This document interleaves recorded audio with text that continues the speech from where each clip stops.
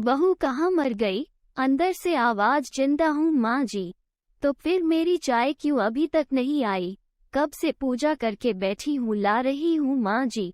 बहू चाय के साथ भजिया भी ले आई। सास ने कहा, तेल का खिलाकर क्या मरोगी? बहू ने कहा, ठीक है माँ जी, ले जाती हूँ। सास ने कहा, रहने दे, अब बना दिया है तो खा लेती हूँ। सास ने भजिया उठाई और कहा, कितनी गंदी भजिया बनाई है तुमने। बहू, माँ जी मुझे कपड़े धोने हैं, मैं जाती हूँ। बहू दरवाजे के पास छिपकर खड़ी हो गई। सास भजिया पर टूट पड़ी और पूरी भजिया खत्म कर दी। बहू मुस्कुराई और काम पर लग गई। दोपहर के खाने का वक्त हुआ। सास ने फिर आवाज लगाई, कुछ खाने को मिलेगा? बहू ने आवाज नहीं दी। सास फिर चिल्लाई, भूखे मारोई क्या? बहू आई सामने, खिचड़ी रख दी। सास गुस्से से, ये क्या है? मुझे इसे नहीं खाना, इसे ले जाओ। बहू ने कहा, आपको डॉक्टर ने दिन में खिचड़ी खाने को कहा है, खाना तो पड़ेगा ही। सास मुंह बनाते हुए, हाँ तो मेरी माँ बन जा। बहू फिर मुस्कुराई और चली गई। आज इनके घर पूजा थी। बहू सुबह 4 बजे से उठ गई। पहले स्नान किया, फिर फूल लाए, माला बनाए, रसोई साफ की, पकवान और भोज बनाया। सुबह के 10 बज गए। अब सास भी उठ चुकी थी। बहू अब पंडित जी के साथ भगवान के वस्त्र तैयार कर रही थी। आज ऑफिस की छुट्टी भी थी। उनके पति भी घर पर थे। पूजा शुरू हुई। सास चिल्लाती, बहू ये नहीं है, वो नहीं है। बहू दौड़ी दौड़ी आती और सब करती। अब दोपहर के 3 बज गए थे। आरती की तैयारी चल रही थी। पंडित जी ने सबको आरती के लिए बुलाया और सबके हाथों में थाली दी। जैसे ही बहू ने थाली पकड़ी, थाली हाथों से गिर पड़ी। शायद भोज बनाते हुए बहू के हाथों में तेल लगा था, जिसे वो पोंछना भूल गई थी। सारे लोग तरह तरह की बातें करने लगे। कैसी बहू है, कुछ नहीं आता, एक काम भी ठीक से नहीं कर सकती, ना जाने कैसी बहू उठा लाए, एक आरती की थाली भी संभाल नहीं सकी। उसके पति भी गुस्सा हो गए, पर सास चुप रही, कुछ नहीं कहा, बस यही बोल के छोड़ दिया, सीख रही है, सब सीख जाएगी धीरे धीरे। अब सबको खाना परोसा जाने लगा। बहू दौड़ दौड़ के खाना देती, फिर पानी लाती। करीब 70-80 लोग हो गए थे। इधर 2 नौकर और बहू अकेली, फिर भी वहाँ सारा काम बहुत ही अच्छे तरीके से करती। अब उसकी सास और कुछ आस पड़ोस के लोग खाने पर बैठे। बहू ने खाना परोसना शुरू किया। सबको खाना दे दिया गया। जैसे ही पहना निवाला सास ने खाया, तुमने नमक ठीक नहीं डाला क्या? एक काम ठीक से नहीं करती, पता नहीं मेरे बाद कैसे ये घर संभालेगी। आस पड़ोस वालों को तो जानते ही हो ना साहब, वो बस बहाना ढूंढते हैं नुक्स निकालने का। फिर वो सब शुरू हो गए, ऐसा खाना है, ऐसी बहू है, ये वो वगैरह वगैरह। दिन का खाना हो चुका था। अब बहू बर्तन साफ करने नौकरों के साथ लग गई। रात में जगराता का कार्यक्रम रखा गया था। बहू ने भी 1-2 गीत गाने के लिए स्टेज पर चढ़ी।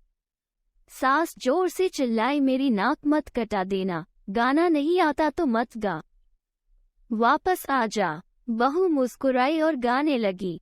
सबने उसके गाने की तारीफ की, पर सास मुंह फुलाते हुए बोली, इससे अच्छा तो मैं गाती थी जवानी में, तुझे तो कुछ भी नहीं आता। बहू मुस्कुराई और चली गई। अब रात का खाना खिलाया जा रहा था। उसके पति के ऑफिस के दोस्त साइड में ही ड्रिंक करने लगे। उसका पति चिल्लाता, थोड़ा बर्फ लाओ, तो सास चिल्लाती, यहाँ दाल नहीं है, फिर चिल्लाता, कोल्ड ड्रिंक नहीं है, पापड़ ले आओ। इधर उधर आखिरी में उसके पति की शराब गिर पड़ी उसके एक दोस्त पर और बोलत टूट गई। पति गुस्से में 2 झापड़ अपनी पत्नी को लगाते हुए कहता है, जाहिल कहीं की, देखकर नहीं कर सकती, तुझे इतना भी काम नहीं आता। सारे लोग देखने लगे। उसकी पत्नी रोते हुए कमरे की तरफ दौड़ी।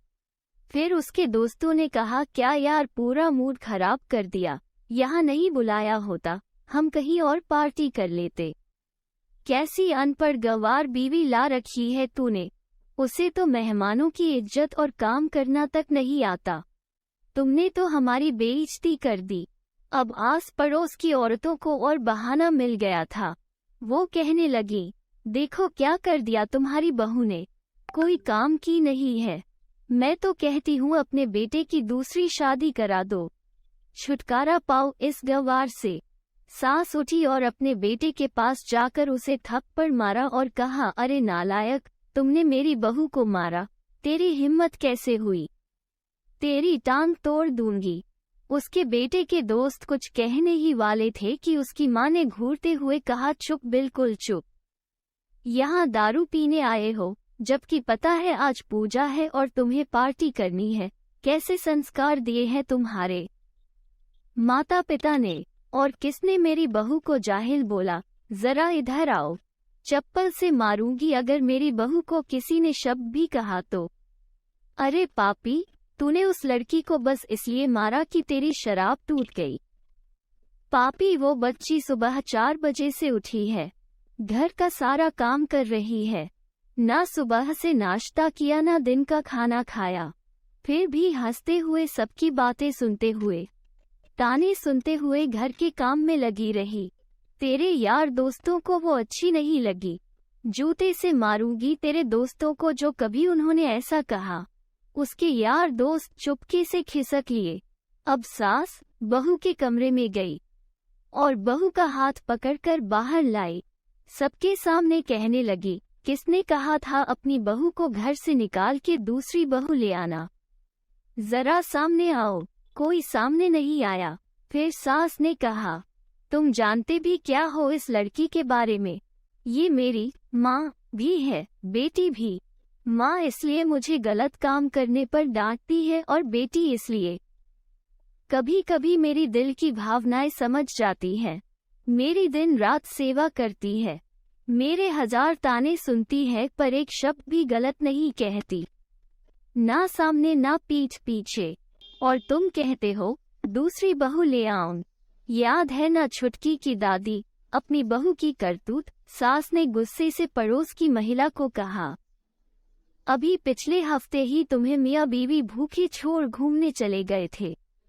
मेरी इसी बहू ने 7 दिनों तक तुम्हारे घर पर खाना पानी, यहाँ तक कि तुम्हारे पैर दबाने जाती थी और तुम इसे जाहिल बोलती हो। जाहिल तो तुम सब हो जो कोयले और हीरे में फर्क नहीं जानते।